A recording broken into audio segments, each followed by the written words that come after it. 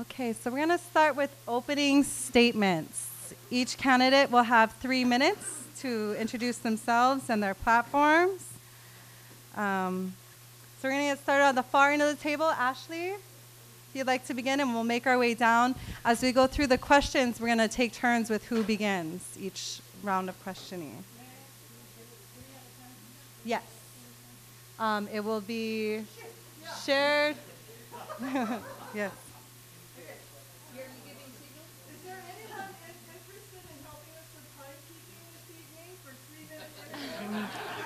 If not, I will do it. Yeah. Okay. Ashley, you can go. Aloha. I just wanted to start off by saying that my heart goes out to the family of Officer Bronson Kaliloa. Mahalo to our police officers for all of their work to protect our community. My partner, Kaui, is a firefighter, so he works alongside our local police officers, and I have many friends in the department, and so I just have so much gratitude for them for keeping our community safe.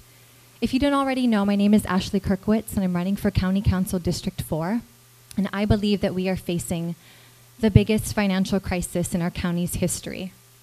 And if you follow local politics, you will see that right now, our council is fractured, and that is a problem. Puna and our island needs and deserves effective leadership.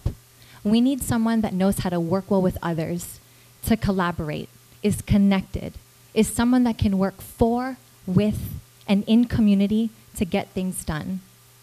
Which is why I'm proud of the work that I've been able to do alongside Ikaika Marzo and the community in starting Pu'uhonua o Puna Info and Supply Hub. It is globally recognized as community at its finest. And I'm proud to have been endorsed by our police officers, by firefighters, by ILWU, UPW, and operating engineers. They recognize that our mission to uplift community is so critical. Building community is what we need to be doing. And I have the ability to inspire people to get involved and be part of the solution. I'm a huge advocate of public-private partnerships. I'm a mother who cares.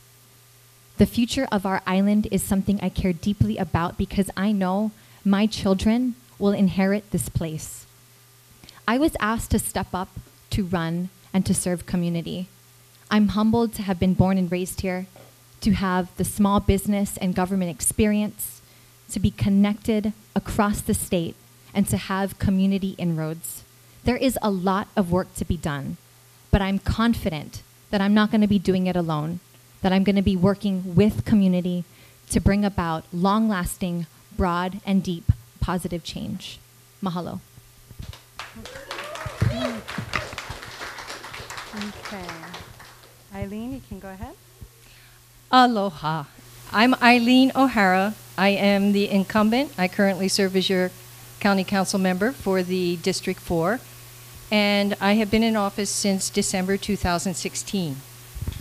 I too want to recognize the loss of an officer in conducting duty. That was just a horrendous crime, and I'm sorry that we still see things like that happening in our community.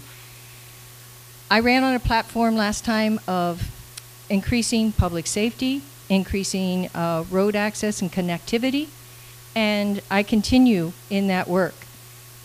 I was able to get a working group together at the county, and this involves not just the council, but the organizations that need to be involved, planning, public works, and finance, and we have put together a road circulation plan for Puna.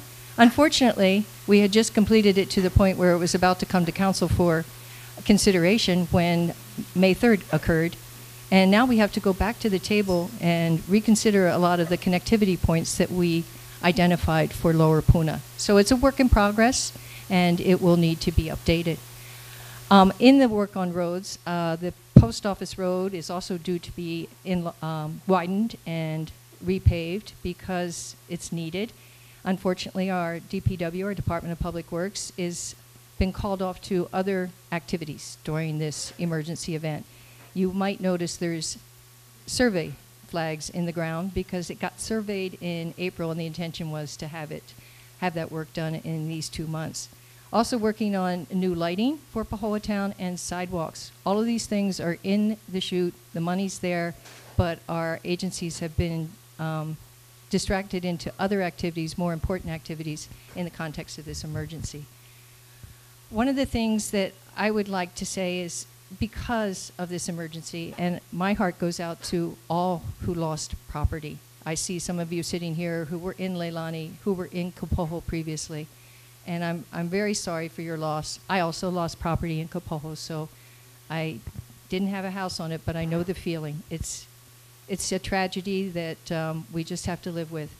And I've chosen to now look at the rebuilding of Puna, the recovery of Puna as the most important thing, creation of new employment possibilities. We've lost a lot of jobs here. The creation of perhaps a lava viewing program and even a lava museum as a way to attract visitors here. I work with a council that, in my opinion, is not at all fractured. We work really well together. In fact, most of our decisions are 9-0, so I'm not really sure what that perception 10 is. seconds. But thank you very much, and I hope to answer your questions. Mahalo. Okay, now we're going to go on to the County Council District 5 race. Aloha. Mahalo for coming to Haas tonight, and mahalo for coming to learn about us and for letting us learn about you. My name is Matthew Kane Ali'i Kleinfelder, and yes, that is a very, very long name, Kane Ali'i Kleinfelder. And I thank you in advance for bearing with me as I learn how to do public speaking, because it's been interesting. My name is the first name on the ballot, and it's the longest name on the ballot. It is incredibly long. I'll give you that. But like all good names, it comes with a story. And that story is my story, and it's who I am. Before I married my wife, I met with her uncle, and he gave me and told me the importance of the name. When we were married, I took Kane Ali'i as my name. I'm proud of that name. In the same sense, my wife took the name Kleinfelder out of the love and respect for my grandfather, Jim Kleinfelder, who passed away last year, March. That made us the Kane Ali'i Kleinfelders. That's who we are. That's who we'll be. When my son grows up, whether he is a policeman, whether he is a firefighter or an electrician, he will be a Kane Ali'i Kleinfelder too. And he'll have to sign that on checks, and I understand that. But it will connect him to his roots the same way it does for me, and the same way it does for all of us. As all of us know, sometimes your name is your strongest feature. Mahalo. A little bit about me. I'm 36 years young, I'm healthy, I'm capable, and I'm ready for a challenge. I like challenges. I'm the father of 3, and I wear many hats. I'm a husband to a strong woman, which is challenging, but I love her. Hi. I'm an electrician for Provision Solar in the daytime. Sorry, I check my notes. I'm a homeowner in Kurtistown. We're small business owners. During the nights and the evenings, I work at Likolehua with my wife, and I help operate and run our restaurant. All of these things make me capable of doing the job for county council. All day long, I make hard decisions, and those decisions affect many, many people. They affect the people that I call family. At the end of the day, I have to make sure that the people I'm at the job with come home to their families, and that the livelihoods that we help build continue to be there for them. 30 seconds, thank you. As your council person, I will support renewable energy. That's what I do for a living. As a council person, I will support families and the safety of those families, because I have a family and I understand how much that is important. I'm already doing the work for my family, so please give me the chance to do the same for yours. I'm excited to step up and be there. Mahalo.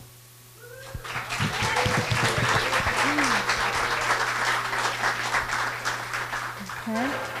Rick? Go ahead. Good evening, and mahalo to all of you for coming this evening. I think, first of all, we should take pause for what we've experienced over the last few months. The lava eruption and the flows and how many people it's affected and how it's taken us all at least a time to step back, take a deep breath, and look at the future that lies ahead. It's one of those situations where we really do have to step back and look at where we were headed and where we are going to head.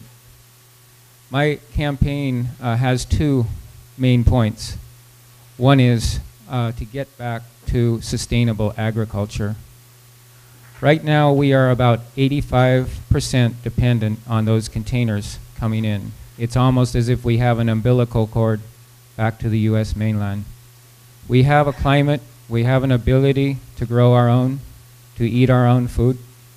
We have some limitations right now in that we have refrigerated containers. Up until the end of World War II, we were about 85% independent.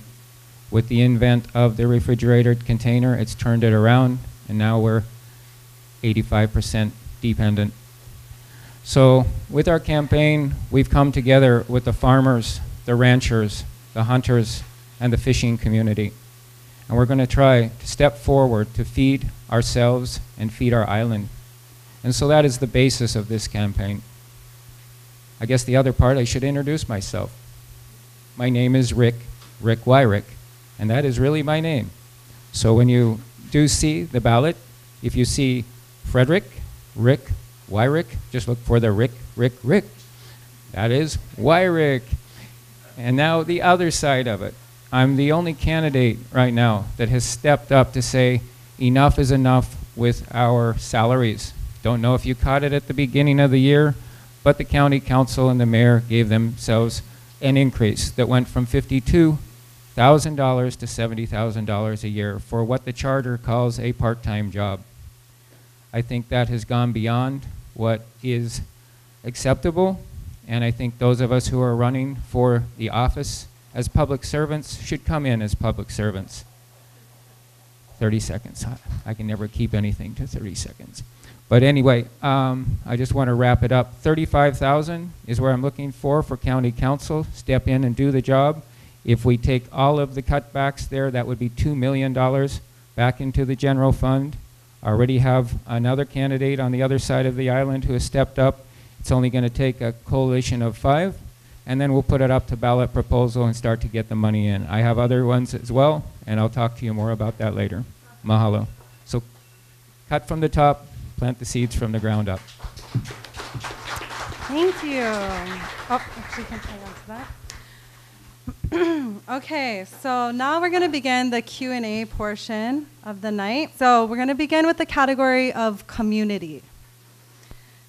The top ranking question was, how will you build consensus in the community and on the county council?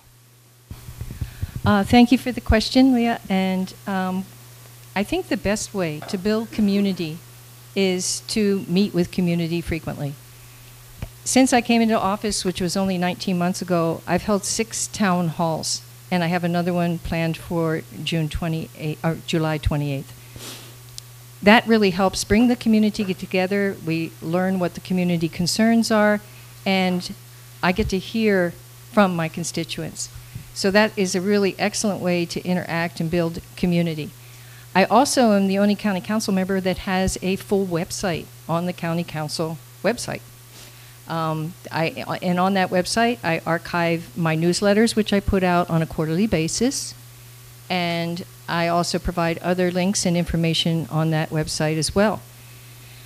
We have a large traffic of visitors to my office. Hundreds have come through my office, not just for meetings, but also for information. My office is situated right in Powhatan, which I really appreciate because it's right where my constituents are. And that has really made it possible to interact with the community more. As far as building consensus on the county council, I think we've done a really good job as a council. This council formed a majority We are predominantly female at this point, and we formed a majority when I came in. I was part of that, and I have also reached across the aisle, so to speak, and worked very well with the 3-4 members of the county council who are not part of that original majority. As I said earlier, we pass most of our bills and resolutions with a unanimous vote. It's very seldom that we have much conflict there. So that's important to build that consensus. It's also a little difficult because of sunshine laws. So we have to do all of our discussions in public so that you can see our interactions. And that can be costly for the taxpayer, but it does help with transparency. Thank you. Okay, now we're going to go to Matt. I think the first step in anything is to talk to the people who are involved, find your stakeholders. So talking to the community, being in touch with the community, that's how you get it. That's how you figure out what people want. From there, you can make decisions and make legislation and make sure you're meeting the needs of those who are involved. These days with Facebook, social media, email, a phone call, there's an office, there's people in the office. People can get in touch with the leaders of the community and they can make sure their voices are heard. It's also up to county council to get out there and talk to everyone and make sure that we are hearing everyone and that we're addressing everyone's needs. And at the end of the day, make sure that we've heard everyone and we can make the best decision possible. As far as the county council making a good decision based on what we've heard, it comes down to being transparent, like Eileen said. Transparency is key in any government and in anything you do. The more transparent you are, the more you can see what's happening and the more trust you have in the situation, and you can build on trust. As well, it takes 9 people to form the county council. I am one of 8. So if I can work well with the other 8 members, then we can get things done. If I come in with my own agenda and I come in ready to get my own thing done, that may meet with some problems. Thank you, 30 seconds. So overall, coming in with a good head on your shoulders, being ready to listen, that's who I am. I'm a project manager by nature. I'm an electrician. I'm in the field, I'm in the office. I've seen both sides. I'm gonna listen to both sides. My grandpa taught me a long time ago, talk to the people in the field. They know what's going on, not the people in the office. That's where you find the good information.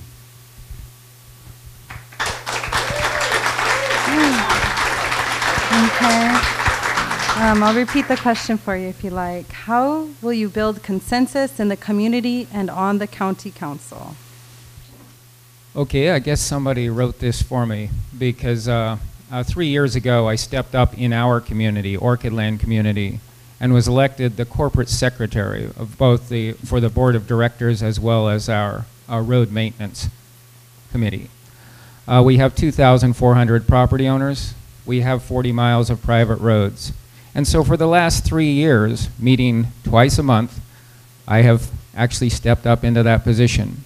We've used a limited budget, which is approved by our membership, to serve the entire community. We came in as a new management team. When the management team before us was serving just a small special interest group. We ended up stepping up and servicing everyone in the community, all 40 miles. We had some sections of roadway that had not been serviced in 10 years. We've serviced those roads almost 4 times a year with the same budget. So I know what it's like to work with community. I have worked with community over the last 3 years, and I've done it as a volunteer. And you know, my wife, she wasn't able to make it here tonight, but she knows that I would even step into this job as a volunteer for the first year to show you what could actually be done. As far as the county council is concerned, I would have to say, looking at from the first of the year, watching the salary increases that added $1.3 million to the annual budget, which was approved, and then watching them run up close to a $5 million deficit, and then coming up with a GET tax to make it all go away, I would have to say I give them a pretty low grade. And it's time for us to have new leadership in the county council. I will go in as a leader to work with a coalition to bring about real changes to the county council and also to get more of your tax dollars working for the community. Okay, and then now your turn, Ashley. So my late dad had a lot of very interesting things to say. And one of the things that I call to mind is this one, and I think about it quite often. He reminded me growing up that, Ashley, you get more flies with honey than you do with vinegar. And that's so important. Treating people nicely, with respect, always exuding aloha, because you never know down the road where your paths will cross again and how you may need this person in the future. And so building consensus in the community and among the council is critical. And that's grounded in building relationships and trust. And I believe a campaign defines a candidate. This campaign has not changed me one bit. My message has always been the same. My name has always been the same. My appearance has always been the same. And I think it's important that you see a candidate who is true and authentic, inside and out, as somebody that is going to be working with you. It's grounded in trust and relationships. And that's what I bring to the table. And I have a background in communication and outreach, so I know what it's like to put in the hard work and to engage community. And I'm not afraid to roll up my sleeves, put up the tittabun, and start working with the community and building consensus. Mahalo. I'm going to start with Matt this time. How would you facilitate development in Puna economically and socially?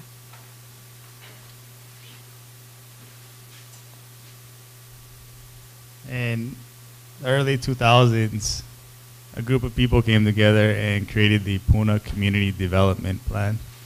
It's a very well thought out plan with a lot of information in it. It's 91 pages long. I read it for the last 2 days. It's incredible. There's a lot of information in there. What I pulled from it mainly and what I agreed with were connecting Puna, connecting all the different towns in Puna, creating more infrastructure, developing what we have already versus building new, creating hubs that bring economy and bring the people and bring finances into different areas of our island.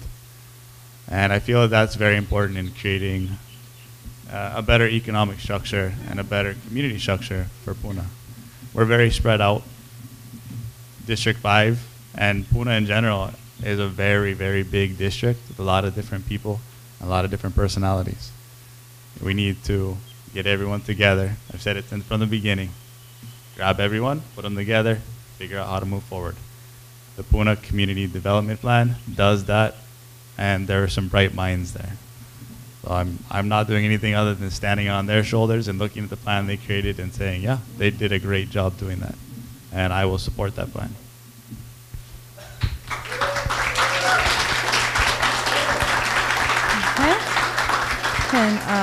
So the question again is, how would you facilitate development in Puna economically and socially?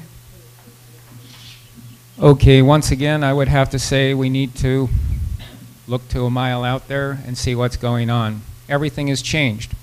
The entire direction of the course in which Puna was headed has changed.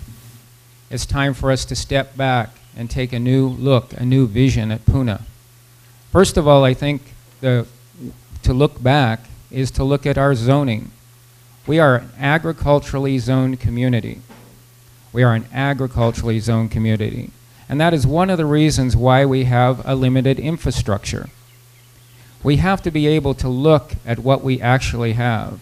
And we have to be able to move forward to make the best of what we have.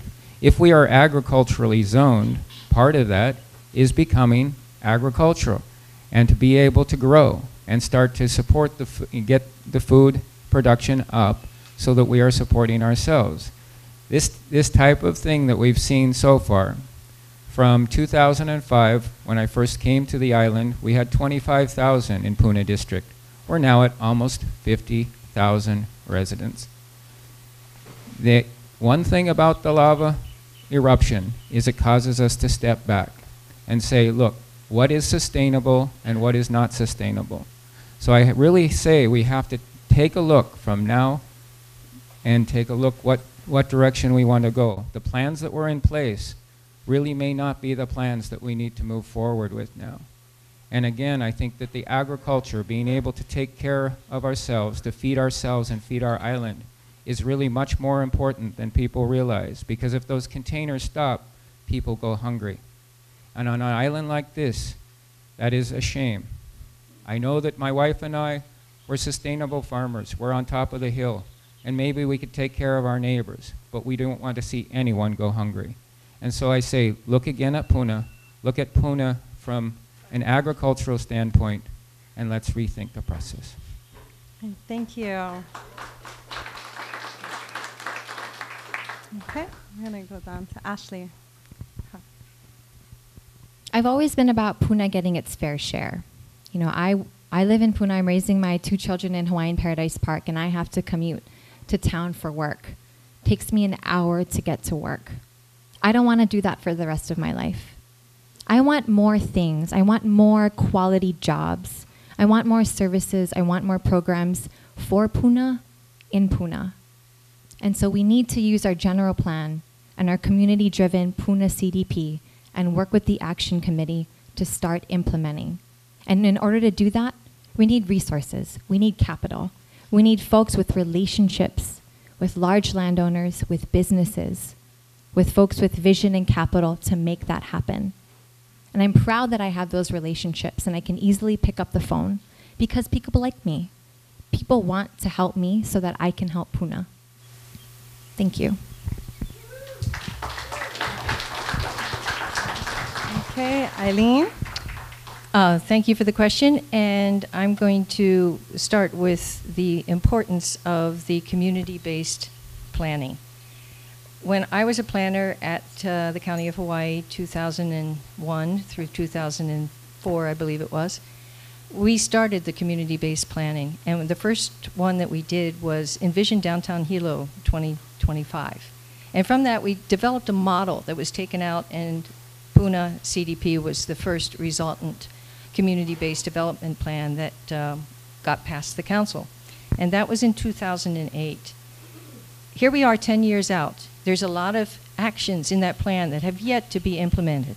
And one of the first ones that's very important is to do a master plan for Pahoa Village as a hub for Puna. We were on our way to getting that done in 2014. A contract was cut, and we had a lava event, the June 27th lava event. The contract was thrown in the trash, unfortunately. So it was one of my first actions when I came into office to meet with the new planning director and ensure that that plan was going to move forward. And we pushed and pushed and pushed. We had a contractor chosen, and the contract was in the process of being finalized when yet another lava flow broke out. So I keep saying we can't wait. We can't wait any longer. We need to move forward. This is a very important plan. It's going to address a lot of things such as business opportunities, jobs in Puna, and really get us going. As far as agriculture, we have lost a lot of ag land, and we need to be finding replacement ag land, and I'm working on that with Senator Ruderman for an ag park in the area between Hawaiian Beaches and HPP. We also have to replace our fishery. Guys, it's come time. So that's Po'iki I'm referring to. So thank you, and that's all I had to say. Yeah. Okay, thank you. The next topic we're moving on to is infrastructure. Rick will start us for this round. The first question in the infrastructure category is, what will you do to replace or restore infrastructure once the lava ceases? County roads, water, and county parks that were destroyed during the eruption. Since this is the first time this has happened in our lifetime, and the lava flow may not stop for decades, we have a little time to give this some thought before we move forward. Unlike the mayor, who seems to be pushing forward rapidly to get people to build again on Zone 1 and Zone 2, I think we are at a point where we have to pull back and see what's going to happen here. Wait until the lava stops flowing before we make any decisions like that. As far as the infrastructure is concerned, it's one of those things. You have to look at where we're at. The roads still have big plates across them. It almost looks more like the national park than it does a residential area. So I think we really have to consider, before we move forward, to let things settle down first and then move ahead from there on. Again, I'm one of those people who say, we've never experienced this before. And who knows? History may prove to be true. This could go on for decades. So let's take a look at the infrastructure that we have in other areas, see if we can make some improvements there. Again, let's embrace the fact that we live on agriculturally zoned land, which again, our infrastructure is limited. And let's move forward, you know, not knee-jerk reaction, but just with what we can do.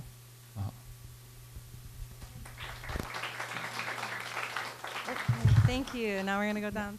What will you do to replace or restore infrastructure once the lava ceases, specifically county roads, water, parks that were destroyed during the eruption?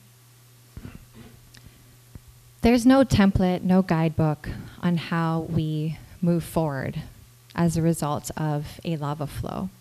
And I certainly don't want to be making any heat-of-the-moment decisions. We need to let Tutupele do her dance and see where she goes, and use our Puna CDP and adapt that depending on where she goes. I think we need to bring in long-term thinking planners, folks who know how to build out our community and engage them and have conversations and have them help us as a community and government decide how we move forward so that we can still have people live in the place that they love. Okay, Eileen? There's been some talk about a moratorium on building in lava zones 1 and 2, at least by one of our state legislators, and I do not currently support that. If you would to look at the lava map, it means that there's a lot of lava zone 2 on this island, and it's not just here in Puna. Most of Ka'u and a lot of South Kona is lava zone 2. So that would impact a vast amount of the big island. And then you'd have to consider lava zone 3, because we did have a volcanic eruption in 1984 that threatened Hilo, and that's lava zone 3, as is HPP. So I'm not really interested in using that as the main planning tool, as much as I am models that have been created in other areas that are prone to volcanoes, that are prone to earthquakes. Take New Zealand, for example. New Zealand has had a lot of damaging earthquakes. Christchurch, the whole town, downtown, was basically destroyed in 2011. And I visited in 2013. And they had done some amazing work on resiliency and flexibility in terms of building modular, building a whole new shopping area with shipping containers. And this allows those areas to be mobile. If you're threatened with another lava flow or earthquake damage, you can move things around. So there's good models out there in the world. We are not the only place on the planet that has volcanic eruptions and earthquake problems. So I would work with that and work within the community-based planning model that we already have through the CDP, and make sure that the community is engaged in that planning process. I did have a town hall on June 30 to talk about the future of Puna, because it's time to start moving forward. We can't just keep waiting for this eruption to end. So thank you. Thank you. And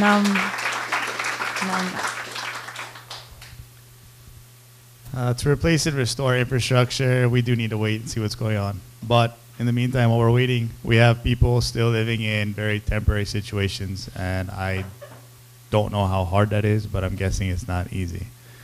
We already had, and I think as we all know, the infrastructure in some of our subdivisions is already lacking and was lacking.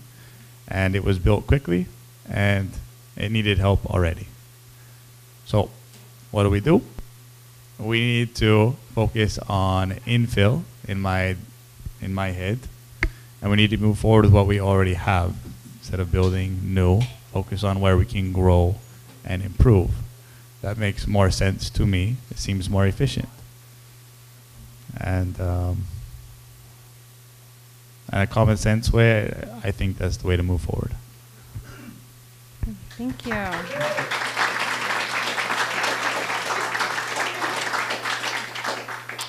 Okay, so we're going to move on to our next question for the infrastructure round. Ashley, you'll be going first this time. The question is, Hawaii Island pays the most per kilowatt hour for electricity in the nation. What can be done to mitigate this?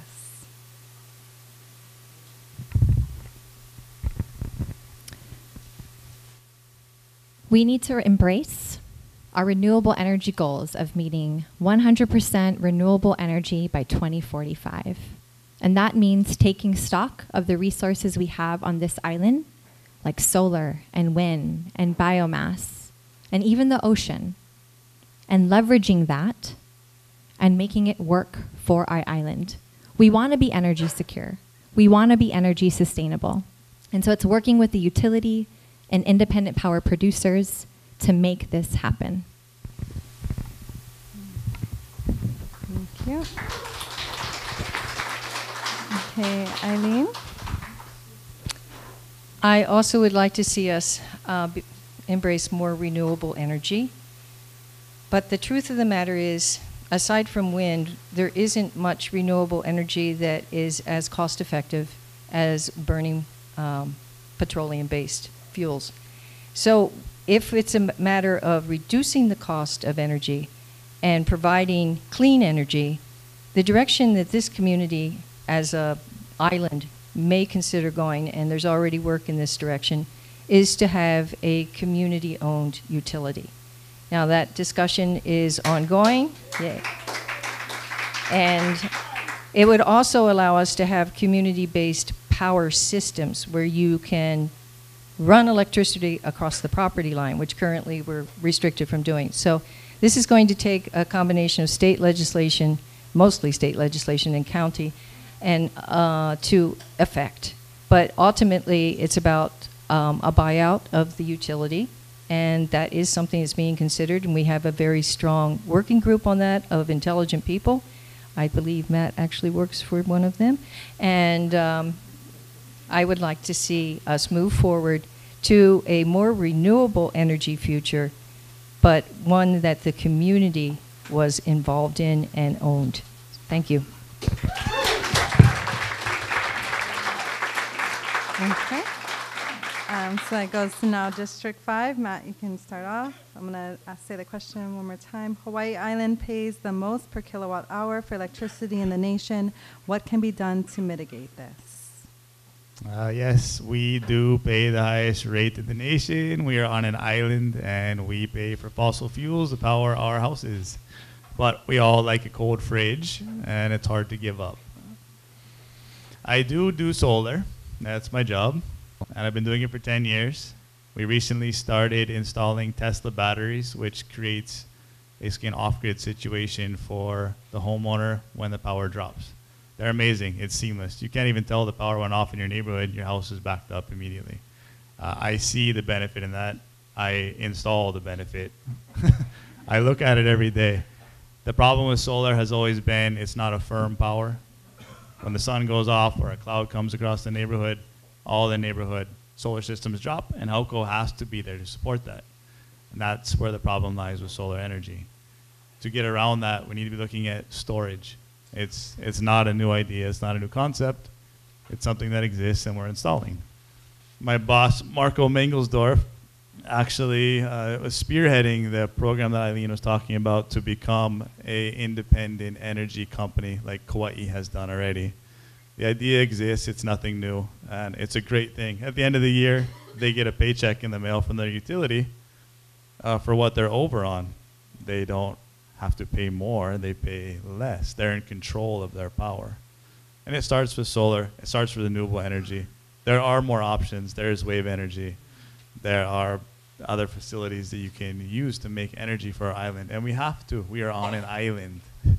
We are shipping fuel in to fire up our fridges. So let's look at other renewable energy means, and let's look to our children's future. And let's be good about what we do going forward.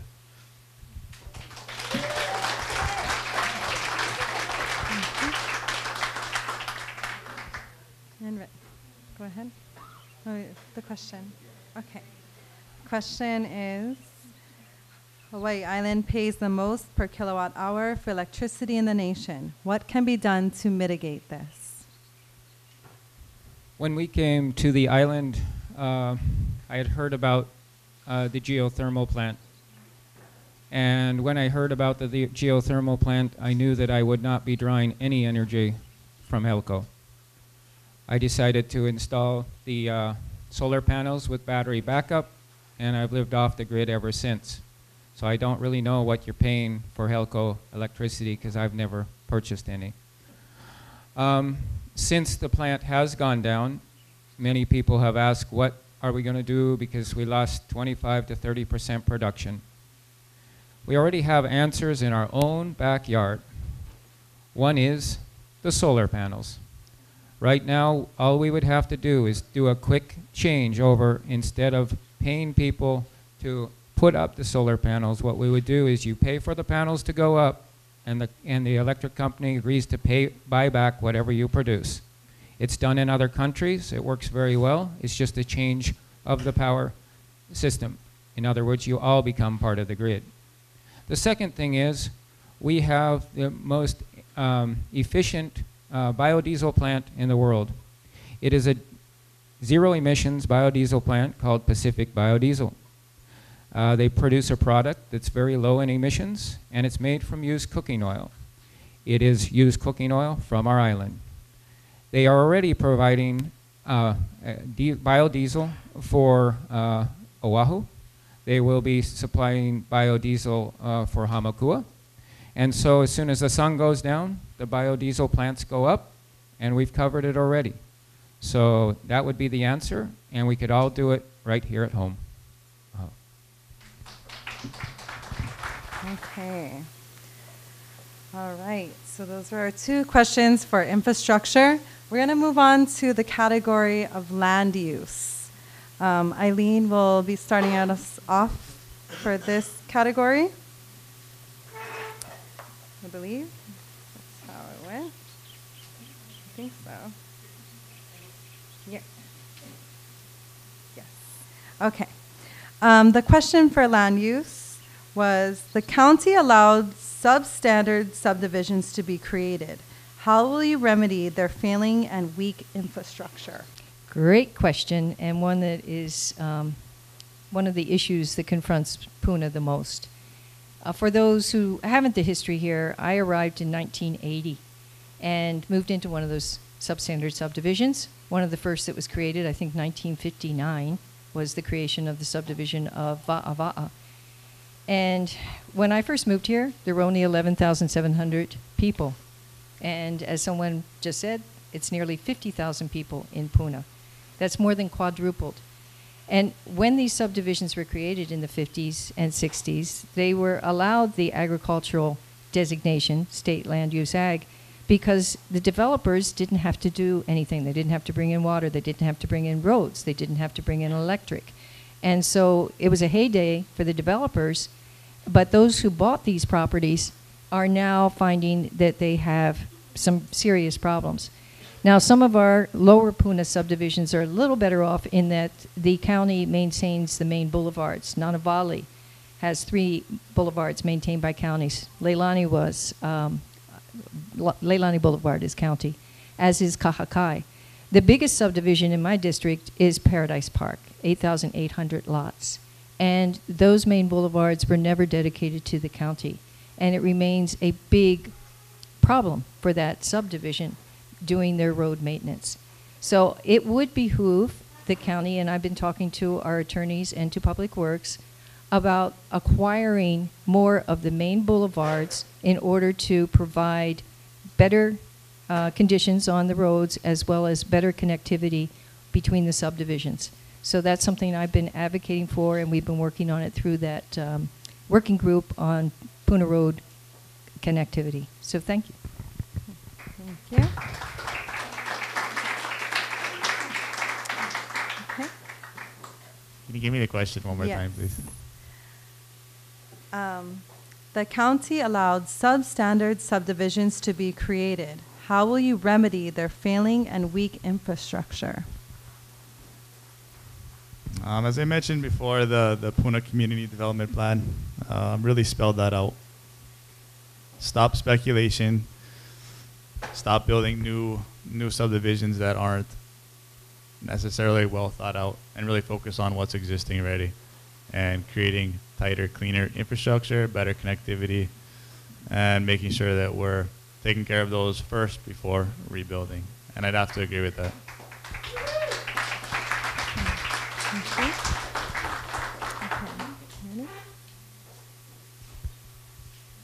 Okay. The question? Okay. The county allowed substandard subdivisions to be created. How will you remedy their failing and weak infrastructure? First of all, I ran out and got this paper because this was actually the first advertisement for Orchid Land, where we live. The advertisement says, "The coming farm belt of the islands. Untapped and unknown and underpriced." And then it has pictures of all the fruits and vegetables that you can grow. And it basically shows everything, except it really doesn't show houses. This was actually supposed to be agricultural land. And we've turned it into a residential community without infrastructure. So I guess I really do have a hard time with substandard subdivisions. In other words, they were supposed to be agricultural subdivisions. You actually don't need the infrastructure for agriculture like you do for residential. So if we go to and look at this from this standpoint, we had one legislature who was trying to push through a Puna improvement bond, trying to bring just our roads up to standards. I ran the specs for Orchid Land. That was $50 million. That would have raised our taxes $3,000 for 20 years. I was opposed to that. I'm actually the secretary.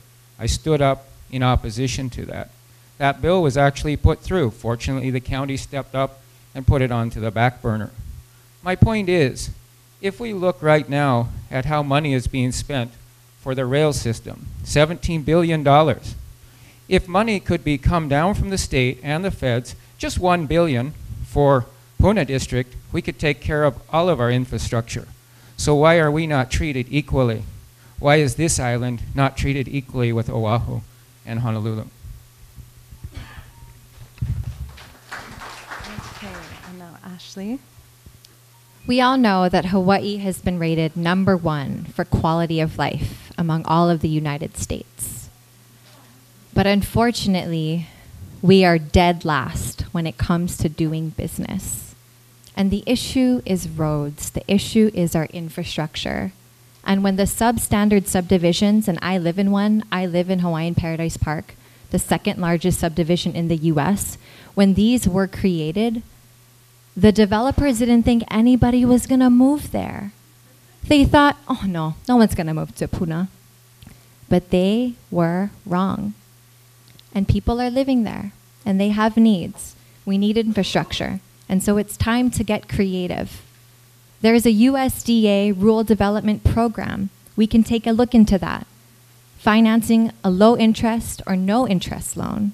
There's also a mechanism within the county for an improvement district, making it a special assessment for the subdivision, and then paying, rather than an association fee, using that money that you pay to your association to pay off the special assessment bond that would finally bring in the roads that we all have been waiting for.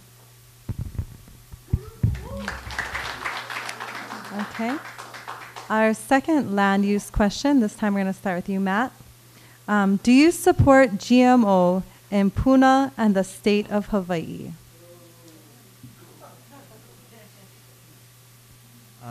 I attended a meeting at the Shipment Industrial Park, the Shipment Center.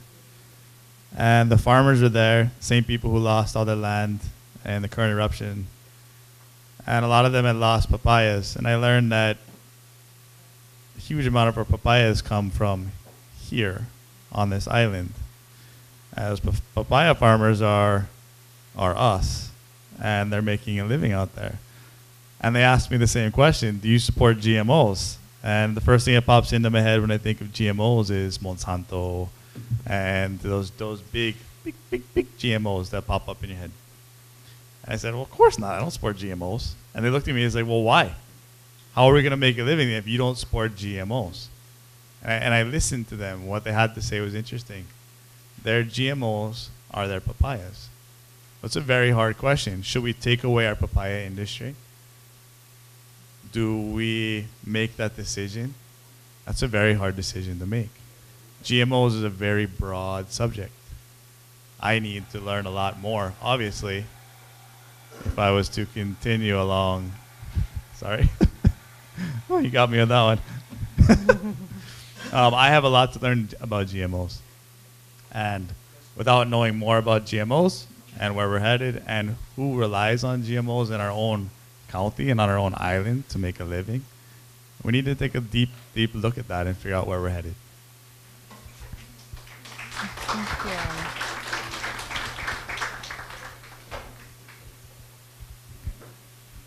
The subject of GMO is a very complicated subject.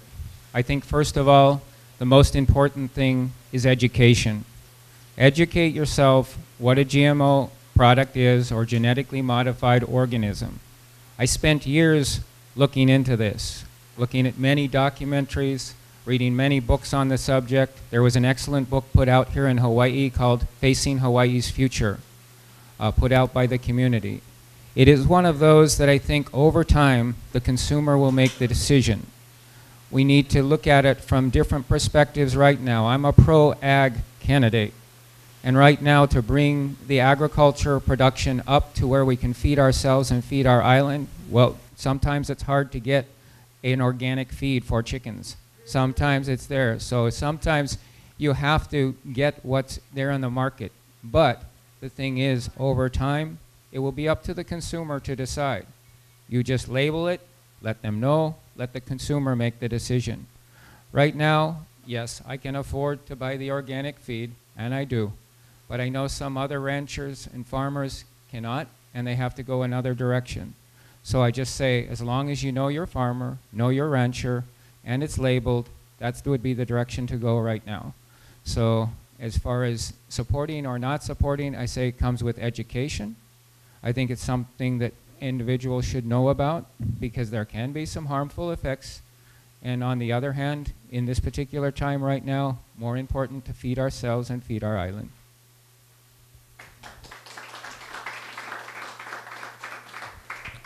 Okay. I too was invited by folks at Shipment to talk story with our local farmers, and many in the room were actually Ohana. They own the papaya farms. My auntie worked at an orchid growing establishment, and they lost everything. And it's devastating to our economy. We want to be food sustainable. We want to be food secure. And we think, oh, it's so nice, somebody's out there cultivating our crops, hand-picking our vegetables. And it's nice to envision that.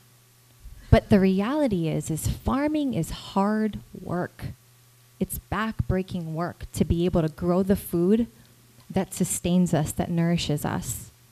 And so I'm all about people being able to have the choice. Where we can, let's grow organic. But that may not be an affordable option to everyone. And so we need, as much as possible, to encourage our farmers, the people that grow the food that sustains us, to grow things the right way, in a sustainable way. But also, we need to make it available. We need to make all options available to our community.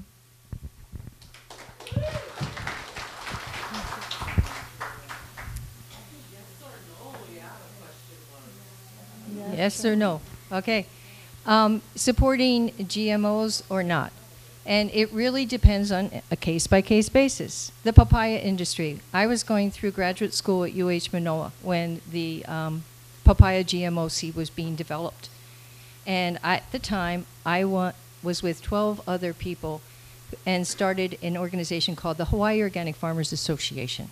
It was very strong through the 90s. We wrote our own certification rules, and we morphed the organization into a certifying agency. That was kind of difficult, but we managed to get through all the hoops. When the USDA formed the NOP, the National Organic Program, it was no longer necessary to have small organic certifiers. There's now several big ones that service Hawaii.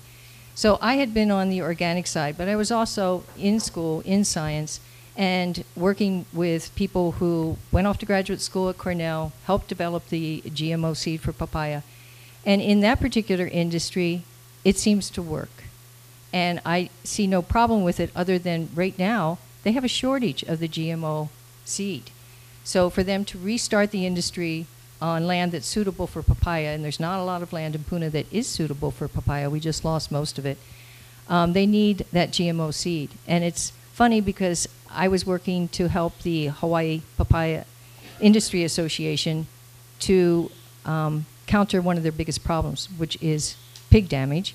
And now they need to protect that seed crop from pigs so that we definitely get that seed. Are all crops good for GMO? No, there are some crops that are not appropriate.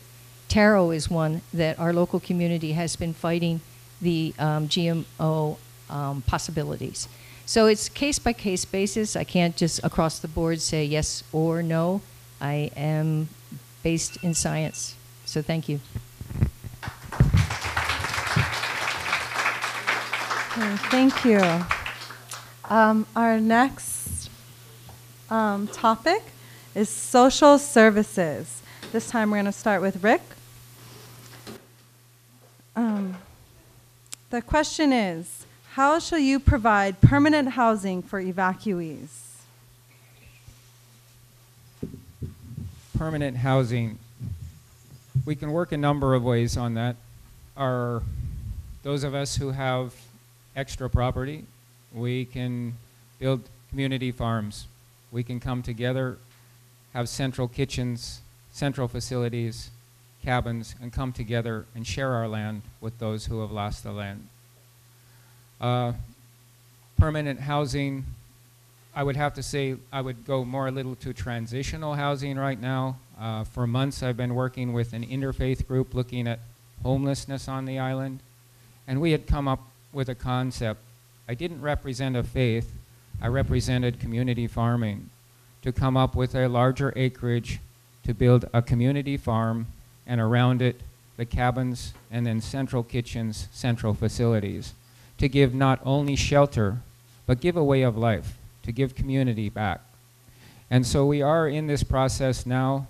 I have been working with 3 different 501c3s to come together to actually put this project in place. I've been working indirectly with Gilbert Aguinaldo. He did the teeny homes and got those 20 teeny homes up in less than 30 days. He's been very busy on that, so he said for me to sort of take the lead on this one, but it's been coming together. We've had interest, so we're moving forward. I would have to say on a permanent basis, it would be those of us that have the land to share the land and to work together towards a more of a community-based. There may be those who have land who they could gift the land. So I guess that would cover that end for me. Thank you. Okay, now we're going to go down to Ashley. Before we get to permanent housing, we need to first focus on getting our displaced ohana out of the shelter, because those living conditions are just unacceptable. I've been there. It is heartbreaking. People are just getting all of their stuff rained on. And I mean, we need to have compassion and move forward quicker for these folks. And so I'm really proud of the work that Pu'uhonua o Puna is doing. with Hansador Lumber and Kaeo Jones right across the street, actually, on a family's property, Lloyd Tagalikud. We have submitted site and structural plans to the planning department to build 12 and then perhaps 24 total emergency transitional shelters to get families out of Pahoa Community Center. That way they have something stable and secure while we work on permanent housing solutions. I know a lot of ideas have been floated on the table for permanent housing. I believe that we need to rebuild where foundations exist. We need to house folks where infrastructure is, near schools and where services centers are. Take a look at existing subdivisions where the vacant lots and perhaps move people there. And then also consider revising the county code so that we can allow for more accessory dwelling units on folks' properties. So things are happening. I've already gotten my hands dirty in trying to get things done for community because right now we just all need to be working together to help everybody that has lost everything and so much. Okay. Eileen? Thank you. And as far as housing, yes, right now what's most important is transitional and moving people out of the shelter. And that's actually been happening. The numbers in the shelters have been decreasing on a consistent basis. And we're now housing altogether in the 3 shelters about 150 people. We were up to nearly 500. So this is huge. We're getting there.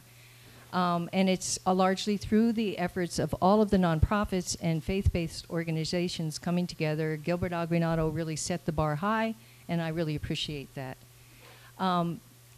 As far as long-term housing, it's a matter of building on what we have here in terms of infrastructure, and also locating people where the jobs are. There are a lot of people who currently live in Puna and work on the other side of the island. This is not ideal. It's not ideal for social reasons, and it's not ideal for our highways. So we need to consider whether or not some of that new housing has to be where the jobs are, where people are currently working. So that's an idea that's currently being floated. There's other ideas such as infill in the existing subdivisions. We still have 30 to 40,000 lots that can be developed just here in Puna that are vacant, already formed lots. And there are large portions of state land that we could potentially develop into housing.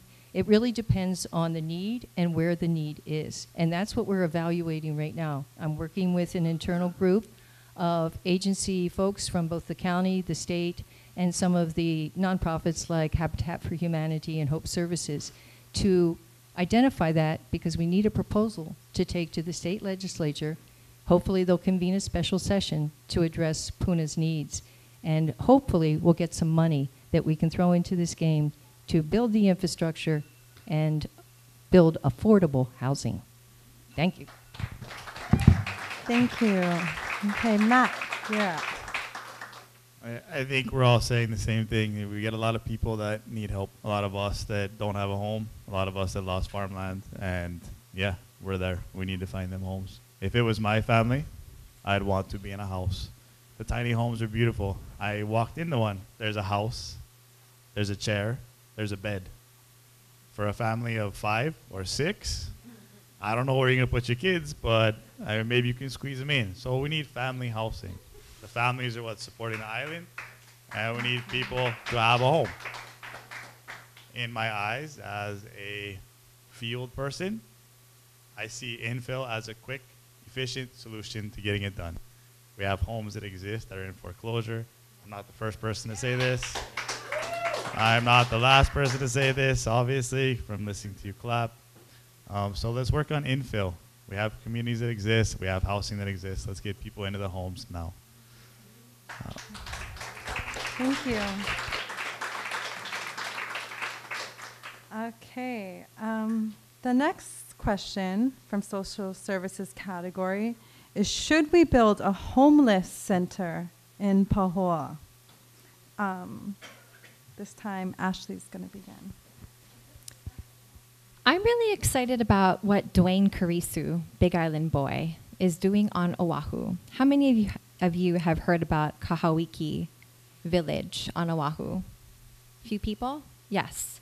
Very exciting, intriguing idea. This is his pet project that he's been working on for years. It is a plantation-style village for families that have been homeless. And it has everything that they need right there. Secure, stable housing that they can afford, childcare, employment opportunities nearby. And so this is public-private partnership at its finest. I would feel comfortable picking up the phone and calling Dwayne and saying, hey, can we take a look at maybe perhaps doing something similar for Puna? And I think we would absolutely get some great feedback from him, and he would welcome a conversation on how we could potentially duplicate that model, not just in Puna, but perhaps around our entire island. Thank you. Homelessness is not just a problem here in Puna, it's a problem throughout the island. And we do have to think of it holistically. One thing that we noted when we opened the shelters for evacuations, or one thing that the Red Cross and those managing the shelters have identified, is that we attracted a lot of the homeless from all around the island. And that just tells us that we have a bigger problem than just here in Puna. Now, as far as the transitional housing that's being built for the evacuees, that is supposed to be transitional, meaning it gives them a leg up and they can get back on their feet and eventually get into a more permanent housing situation. Those villages that are developing as models might be the best thing that we have for transitional housing for the homeless problem that we have here in Puna. And hopefully the organizations that are operating them that are long-term, like Hope Services and the churches, will be able to be in that game or be able to operate those facilities at once we've managed to get our evacuees back into permanent housing and use that for homelessness in Puna. I'm hopeful that that will happen. There are other models that we should be looking at, and I encourage all of us to get together and put our heads together to solve this problem, because it is a problem throughout the county and one that is quite tragic. And so affordable housing, as I said earlier, is something that we need to be focused on, because if it's not affordable, we're going to end up with more and more homeless families. So affordable housing is really the answer to this problem. Thank you.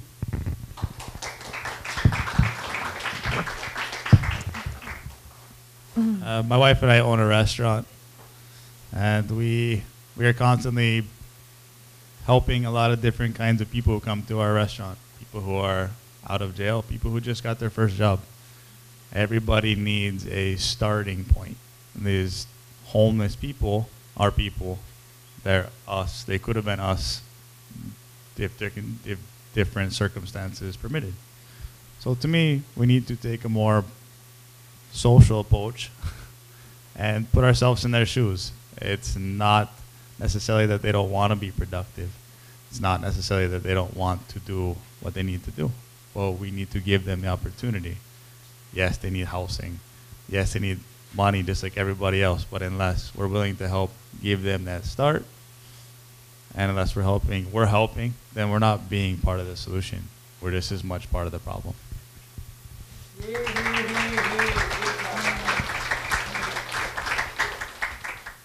Yes, the question is, should we build a homeless center in Pahoa?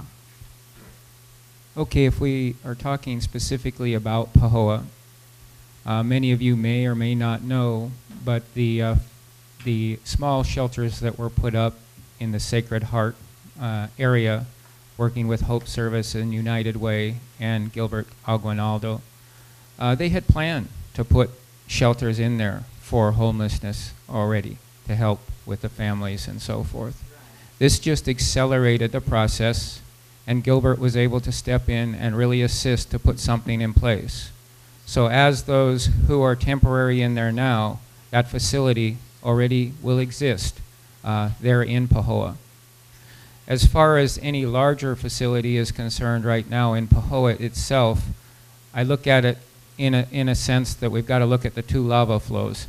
They're all around Pahoa. So I guess my suggestion would be is if we do move towards a homeless center, I would look maybe at Upper Puna, outside of the lava flows, and go with more of that community farm concept in bringing in shelters such as cabins surrounding a community farm with central facilities. And that is where we are looking to set up it wouldn't be a homeless center, it'd be more like a transitional, where people could come for a whole year to get their feet back on the ground, to work as a community, and have a way of life as well as shelters.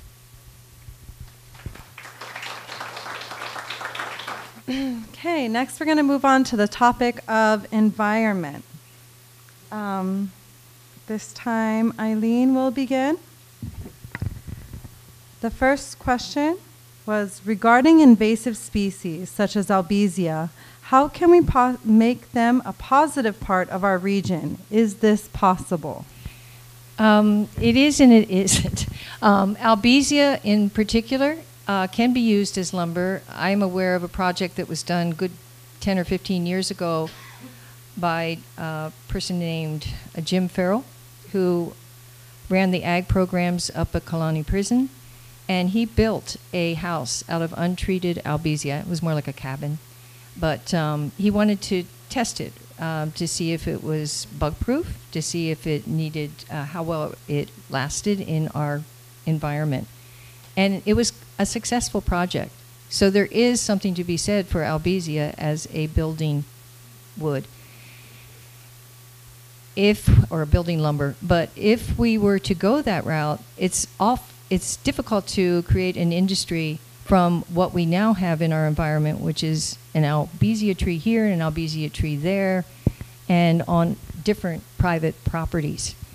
Normally, when you're engaged in timber, you have a dedicated acreage on which you grow the timber, and then it's economies of scale make it cost-effective to do the harvesting and milling of the lumber. With albizias spotted here and there, and I'm seeing a whole bank of them back there, it could be done, but we're going to have to come up with a very different model for the harvest piece. And then you've created an industry which you've got to continue to grow albizia. And that's a bit of a problem because albizia is very, very invasive. It seeds, it spreads really, really easily. So I'm not really sure if that's the best use of albizia to create such an industry. It would be great to take care of the trees that we have out there if we can figure out a way to harvest them. Thank you.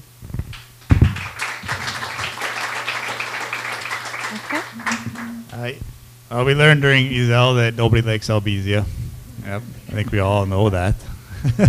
A good friend of mine told me that recently at a set in Kauai, they built buildings out of, Disney took albizia, milled it, and cut it, and built their buildings out of it to form their sets. I have heard of guys taking albizia and using it as a veneer on a surfboard. People are inherently creative, and we will always find the solution to our problems. It can be burned, it can be composted, it can be obviously made into structures. It may not be the toughest building material, but it could work. Given a little creativity and a little human know-how, I think we can find a solution to our albizia problem. If not, let's cut it down and get rid of it. Thank you. Rick? The albizia. There are certain aspects that are overlooked. First of all, it is a nitrogen-fixing tree. It also breaks up the lava, so you can grow in it. So if managed properly, the albizia can actually be put to good use. We can make buildings out of it. Recently, Senator Ruderman featured a home built with albizia. It was a very beautiful, very artistic-looking home, all out of albizia. There are surfboard producers who are using the albizia. So it has many uses. If you control it at small levels, it can actually be a great fertilizer. The leaves can be used in the garden as a mulch, and the tree itself could be mulched and used for grow beds. So it does have many uses. I think it should be managed. We aren't managing it very well right now, but it can be. So as far as the Albizia, I would say we should utilize it from all aspects. And that is... Okay. I just didn't know if we were done there or not. Okay. All right. Anyhow, it's actually a tree managed. We can actually utilize it in many ways. Thank you. And Ashley. We all know that albizia is basically a death sentence for our native trees, taking out all of the nutrients from our native forest. And we saw that what these trees can do, major devastation during Izel, all throughout Puna and Ka'u. And so we can leverage this liability and turn it into an asset and make things like surfboards and homes and bioenergy feedstock.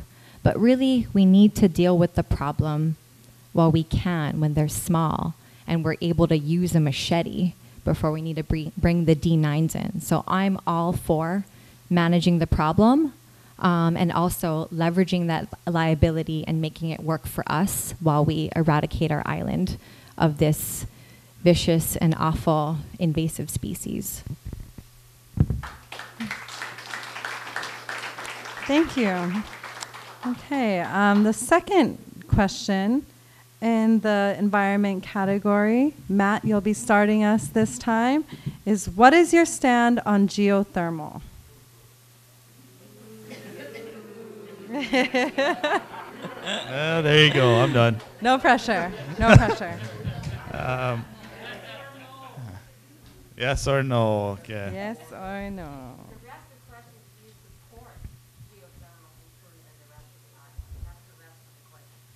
It's my understanding that was two separate questions.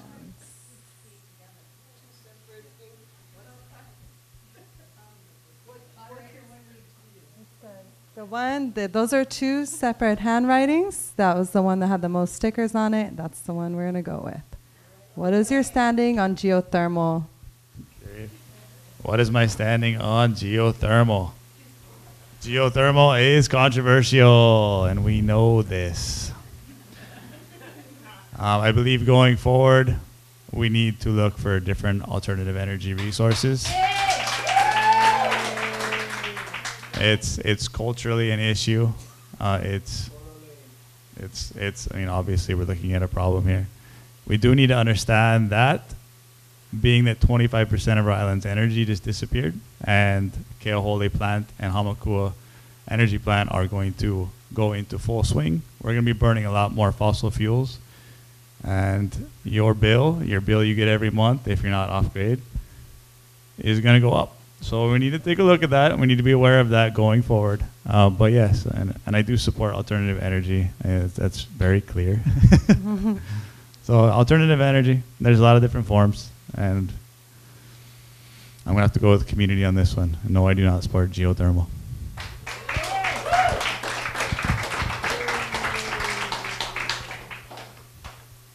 As I stated earlier, when I came to the island, it was my choice not to draw an ounce of power from there because of where the power was coming from.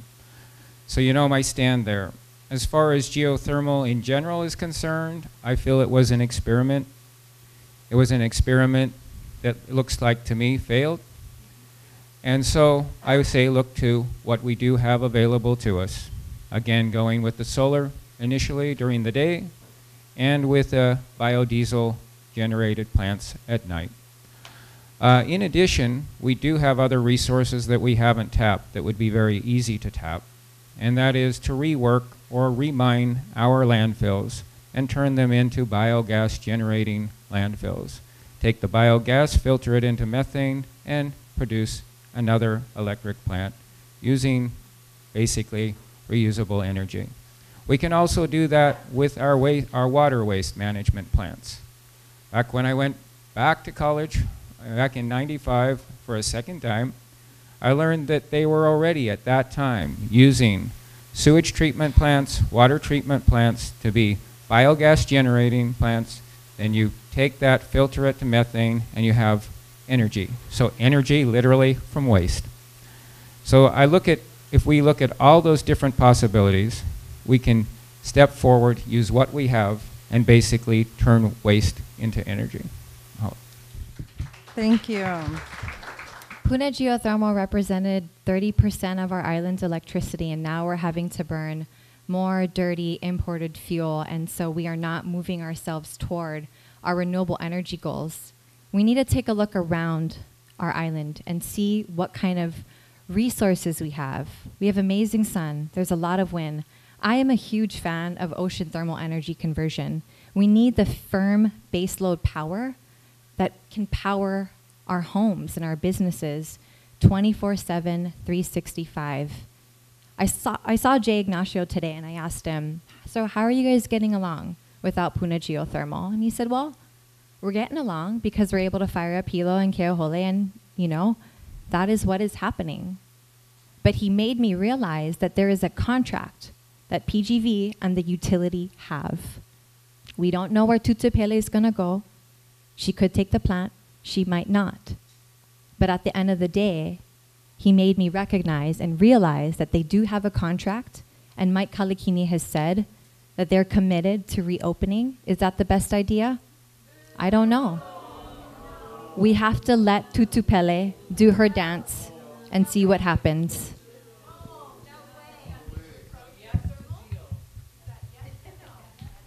I support all of us taking a look at all of our renewable energy resources, and that includes taking a realistic look at geothermal. Okay.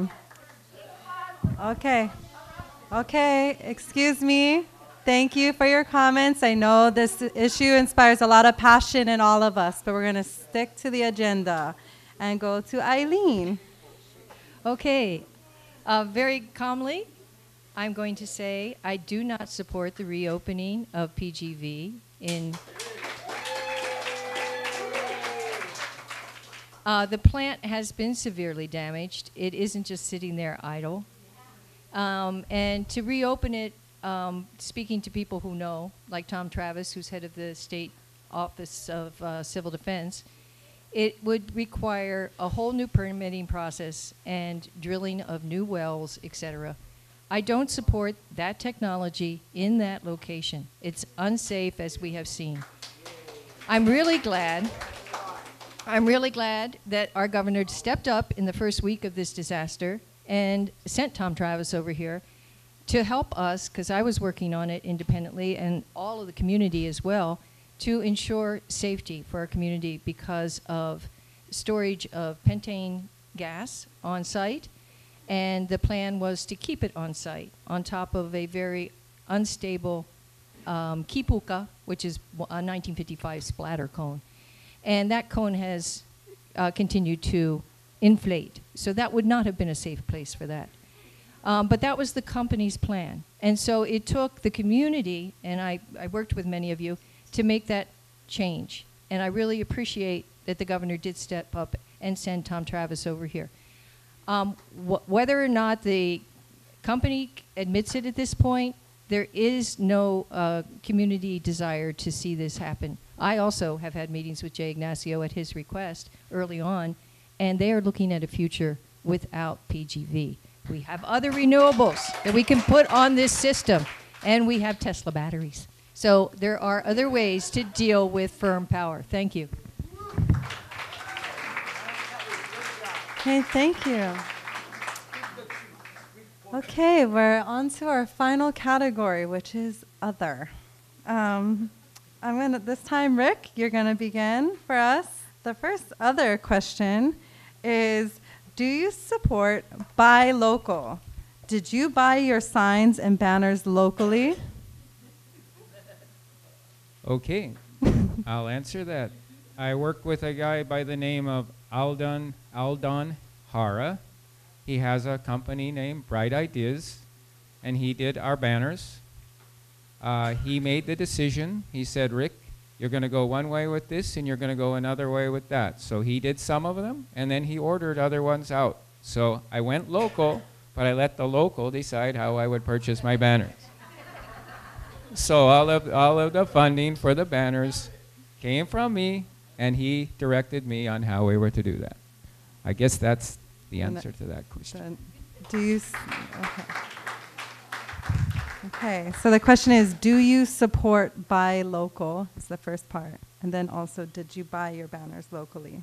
I do support local. All of my yard signs came from Ina Signs, and majority of my banners were purchased from Creative Arts. I think you all recognize that running a campaign is incredibly difficult and expensive, and especially as a challenger. I did supplement some of my banners with purchasing from a mainland vendor, just so that I can get my name out there, because I am running my campaign on a loan and mostly self-finance. And thankfully, I've been getting a lot of donations as of late after our first debate, and more folks knowing what I'm doing in the community with the hub. And so a lot more donations have poured in, and so I'm really thankful for that. I fully support buying local. We don't produce all the things that we're accustomed to using on a local basis. So we are somewhat dependent on buying goods that are imported here. But I fully support buying local when we can. My signage and my campaign is a mix. I bought some things locally. I bought a lot other things from the mainland. And you can review that if you look at campaign spending reports as to where people actually purchased their goods and how much they spent on their signage and their banners. So please go to the campaign spending website and check out what the candidates have actually spent on. I have mostly, the largest donation in my campaign this year has been from me. And that's because I decided to forego any fundraising in terms of having events and that sort of thing. Because May 3rd happened, I could not compete with the needs of my community. And so all fundraising has been for those affected by the lava. And I have to get as much bang for my buck as I can, but I was fortunate, being the incumbent, to have additional banners from my previous run, as well as signage from my previous run. I'm good at recycling, so we went out and got as much as we could. So that has made it such that I haven't had to purchase quite as much in this campaign cycle. Yet still, I would like to support local businesses to the extent possible. My printing has been done locally, and other aspects of my campaign have depended on local businesses. So you're welcome to review my reports and see what you think. Thank you. Thank you. Okay, I'm going to make sure. All right, Matt. We own Liko Lehua, and Liko Lehua is a small business that's locally owned, and we purchase everything from local businesses, and we support Kulana Foods, and we support Hilo Produce, and we already are buying locally. So do I support local? I do more than that. I actually do it. So that answers that question. And moving on to the next question, did I buy my campaign stuff locally? Yes, I did. Ina Signs has printed every single banner that I've made. And Ina Signs has printed every yard sign that I made. And I bought the PVC from local companies and cut my stakes myself and screwed them all together using screws from Home Depot. So yes, I did, and I'm proud to say that. And yes, if you are interested in who did what, you can go online and look at the campaign spending finance committee papers and see who did or did not buy their stuff locally. It's very obvious on who did and who did not. So feel free to look it up yourselves. And yes, we are local, and we support local. Thank you. Okay. The second ranking question in the other category was slightly redundant, but I'm going to just it's more about campaign financing. The question posted on there said, follow the money. How did you pay for all those expensive signs? But the second part of the question was, who are your backers? So I think instead of taking the time to revisit the sign issues, let's talk about, I think, the core of the question, which is, Where are you getting your finances from? Who are your funders? This time is Ashley first. So again, I loaned myself money to run my campaign. I think it's very important to show folks that I'm invested in myself and in the community, and so I'm ready to put my own money on the line to let folks know I'm serious about running. Along the way, I have talked storied with a lot of people. I've been canvassing the district, and so people are giving 10, 20, 50 bucks when they can. They know that I have a website, and so many online contributions from folks I know, people I don't even know, but are inspired by our campaign and our message. And I'm not afraid to admit that I talk to people and they're willing to write me checks of $500, $1,000 because they see somebody that is willing to work with community to get things done. And I don't take that investment or trust for granted. And so I'm incredibly stoked that people are willing to put so much on the line and invest in a challenger because they believe that this person right here, Ashley Kirkowitz, can get the job done.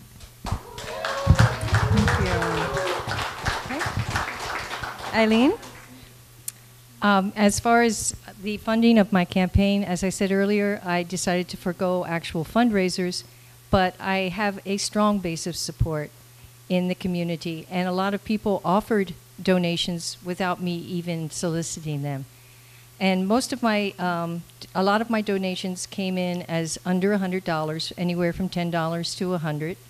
I do have some donors that chose to pull out the checkbook and write the $1,000 check, 2 of them, and a couple that were in the $500, $200 range. But most of my donations are in the small dollar amounts. And that's how I like to keep it, because I want this to be a grassroots campaign.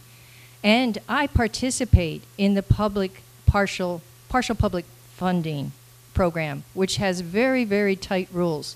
You have to dot all your I's and cross all your T's if you're going to participate in that program. And I did successfully in my first campaign, and I've already made my match in my second campaign.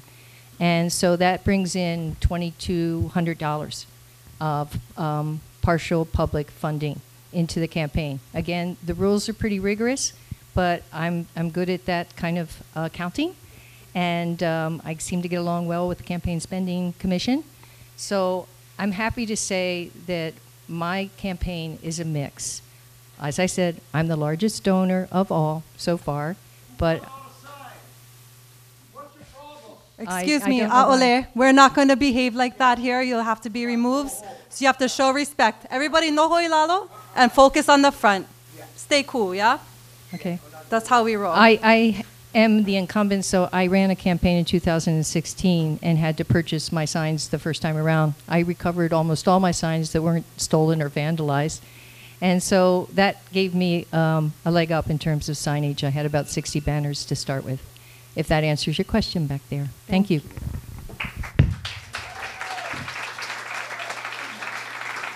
Okay, Matt, you're up. Give me the question one more time. Yes. Said, follow the money. How did you pay for all those expensive signs, and who are your backers? Yep, so the signs are from Ina Signs. Right. And the banners too. Don't tell my wife, but it's probably not the best way to start, but I have completely raided our honeymoon account. We're very much self-funded. I have had some small donations from people who enjoy what we're doing and who we are, and I appreciate that. I have a Shopo contribution, and I'm very proud of that, especially after what has happened and being that we have friends and family in the force. So I couldn't be more proud of that, and I don't think anyone's going to hold that against me. But yeah, so we're self-funded, and I work a full-time job. We have a restaurant, and we're just doing the best we can. Thank you. Rick. All right. Briefly, I want to go back to the last question, buy local. I also local grown and local eaten. I actually do work that much better, barter. You know, we have neighbors who grow and we share. And that's so when it comes to buy local, it's not just local, buy local, it's local Okay. grown and local eaten. So I wanted to cover that one because I missed it on the first. Okay. Back to follow the money and how did you pay for all the signs? Again, my wife and I are no longer on our honeymoon. We've been together 40 years, but it all came out of our funds. So yes, I paid for everything so far. I have not accepted any donations whatsoever. I have had signs stolen, and that is costly. I don't know where they are. Anybody knows, return them. Also, I went ahead and put out a mailer. I sent a mailer out to 12,000 registered voters. It cost me $6,000.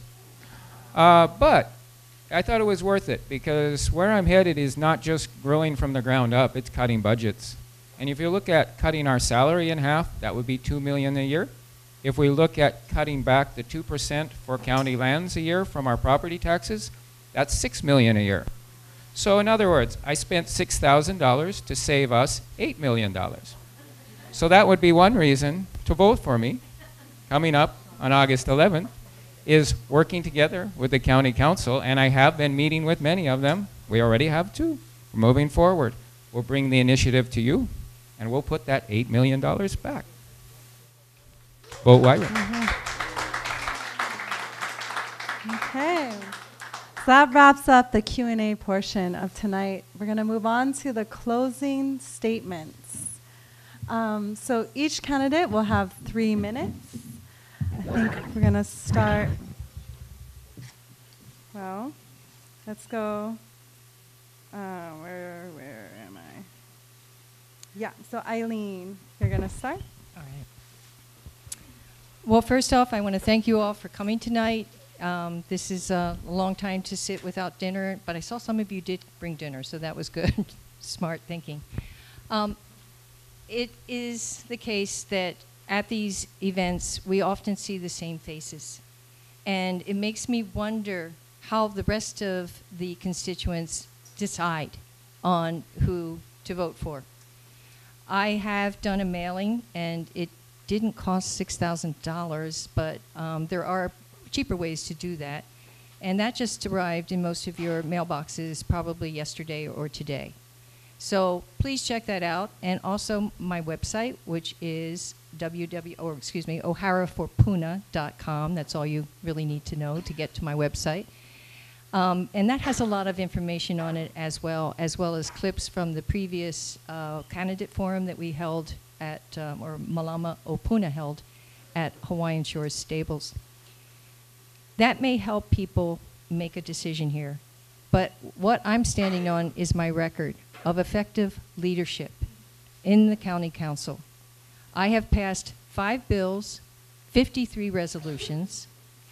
I have a bill pending which will be heard and probably passed next week because it passed committee unanimously to continue to remove abandoned vehicles from our private roads. We've been doing this for 15 years when suddenly our new corporation council decided that we weren't doing it properly and it needed to be codified. So we pulled back. I wrote that code the very day that news came to my attention, and it is on its way to becoming law. So those are things that I have been working on and continue to want to work on. I have knowledge of Puna from my 40 years here. I have always lived in Lower Puna. I've been a community leader in Puna. I have served as president for 2 different homeowner associations for a total of about 7 or 8 years. I've been a member of Main Street Pahoa since 2016. I try to get involved in my community. I was actually involved in the CDP process back when, 2005. Not anybody else, most of the other candidates here weren't either here or that was before they grew up. I'm sorry. Anyway, just kidding. Anyhow, so I have a lot of experience. I have the passion for Puna. I love Puna. This is my home, my forever home. And I have demonstrated the ability to work well with the county council members and with all of the agencies at the county council. So I humbly ask for your vote again in this upcoming primary election. Mahalo.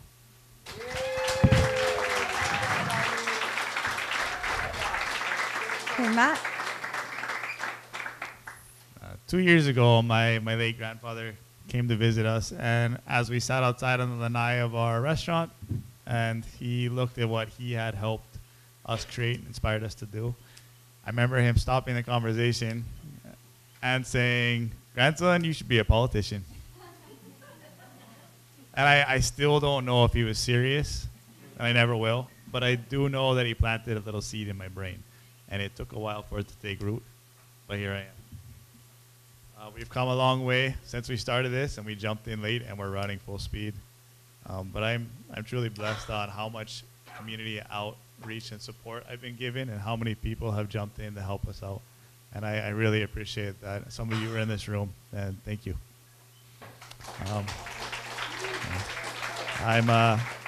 I'm ready to stand up. I'm ready to make a difference, and I'm ready to develop new ideas that are different, that are out of the box, and that are fresh. I think that's something that's been a long time coming, and the more I've talked to people, the more I've heard the same thing. We want new minds. We want out-of-the-box thinkers. We want to see everyone out there voting, and we want to make changes. And I think that speaks for a lot of people, and it's been a long time coming. It's exciting. I'm very excited. To get there, I need your kukua. I need your help. I need you to vote August 11th, 2018. For the first name and the longest name on the ballot. The name is Matthew Kaneali'i Kleinfelder. And I'm proud of that name, and I hope that I can make you as proud of me as I am to serve you. Mahalo.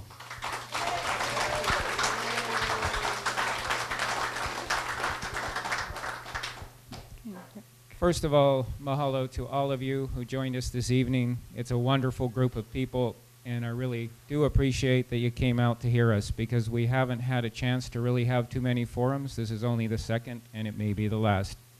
So thank you for coming out this evening. Mahalo.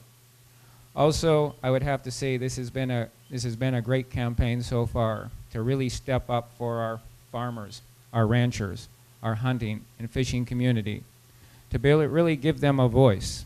The Filipino farming community stepping up, the Portuguese ranchers, and all of the hunting and fishing group.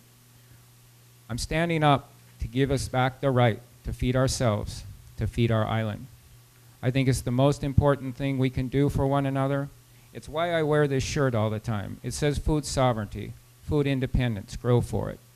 The back of the shirt says Kupale Hawaii, Kupale Hawaii, to defend and protect our island in the right way, to grow together, to grow towards a future of independence, food security.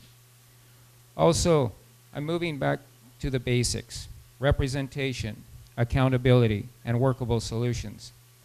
To increase food production, improve our infrastructure, efficient and effective management of our taxes and resources. I'm also the only candidate you'll ever know who's calling for a 50% reduction of his pay, from $70,000 to $35,000. To me, that brings me on the level playing field with everyone else. I'm just a working class hero. I'm just one of those guys who used to be the field worker who finally gets to go to administration and say, we got to cut from the top and lead by example.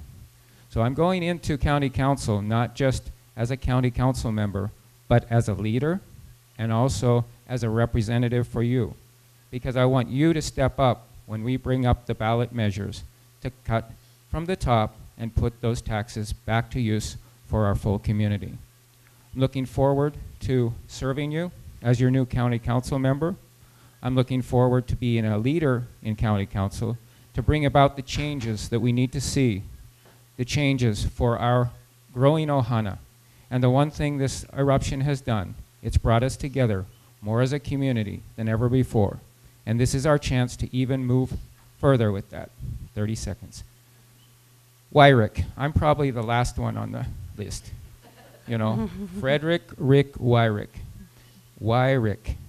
I'm the one on the bottom, but I'm just like you, a working class hero trying to make a difference by cutting from the top and planting the seeds from the ground up. Mahalo nui loa and ohuiho. Ashley. Mahalo for caring. Mahalo for showing up. When I started this campaign back in November, The mantra was, we build up the collective we. This is not my district. This is not my office. This is our community. It's the people's office. I am but a vessel. I am a bridge. And it's not what I can do for you, but it's what we can do together to empower each other, to move our community forward while keeping it a special place. This journey toward elective office has been incredibly rewarding. I've met amazing people along the way, and I'm running for my kids. I want to make sure that they have the option to stay here. And I'm running because of all the people that I met along the way who want someone to fight for them. One woman in particular who I saw at many community meetings, she came after me after one. And she had questions about grant and scholarship opportunities I had mentioned to a group. I talked storied a little bit more and I said, Auntie, what you looking for? And she said, I'm looking for a personal scholarship so that I can go to a grant writing workshop. And I said, Auntie, I will find a way, even if it is personally, to pay for you to go to that grant writing workshop because it's so important to you. And I think about all the people that invested in me, sent me to workshops, conferences, so that I can learn and give back to my community. A few days later, I'm on Oahu and I hear somebody calling my name, Ashley. I turn around, it's this Puna. And I say, Auntie, what are you doing here? And she tells me, I'm getting my chemo treatment. And I look at her and I'm like, Auntie, thank you. Thank you for serving community. Despite your personal situation, you step up and you serve. Today she is healthy and thriving, but I keep that in the back of my mind. I'm fighting for all of you. It doesn't matter if you were born and raised here. It doesn't matter if you're new to the islands and now making Hawaii your home. I aloha all of you, and I'm ready to work for you as your council member. Ballots have been mailed. My name is Ashley Kirkowitz. I'm running for Council District 4, and I humbly ask for your vote. My name is the first on the ballot, and it's the top choice. Stay classy, vote for Ashley. Mahalo. Okay. All right. So that wraps up the questions. I do have one more thing to ask of all of you. On the back wall, we now have 2 different exit surveys I would really appreciate if you could participate in. One is if you could just write whatever feedback you have on the blank one. The other one has, that's the blank one, thank you. The other one has, it's a graphing type of thing. There's 2 axes, the liked and learned. So if you both liked and learned something, we're going to bust out my favorite thing, sticky dots. And if you could put a dot in what quadrant you had, what you feel you experienced. If you liked today but didn't learn much, that would be right there. You didn't like it, you didn't learn anything, right there. Or if you learned something but you really didn't enjoy yourself, put it right there. It's okay. We're just trying to see get the sense of the crowd. So I'm going to pass these out again. Also, make a plate to go. Thank you all so much for coming.